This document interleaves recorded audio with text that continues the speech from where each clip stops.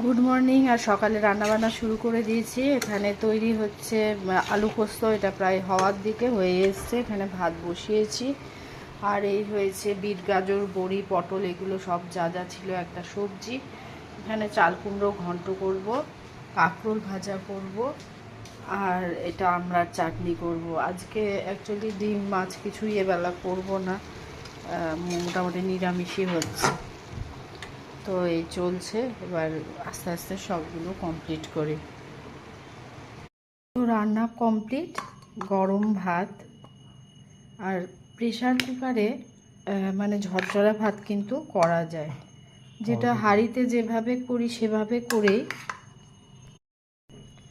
হাঁড়িতে যেভাবে করা হয় ওইভাবেই করে শুধুমাত্র হুইসেলটা খুলে মাঠটা বার করে দিতে হয়, তাহলেই কিন্তু প্রেশারে একদম ঝরঝরা হাঁড়ির মতোই ভাত হয়।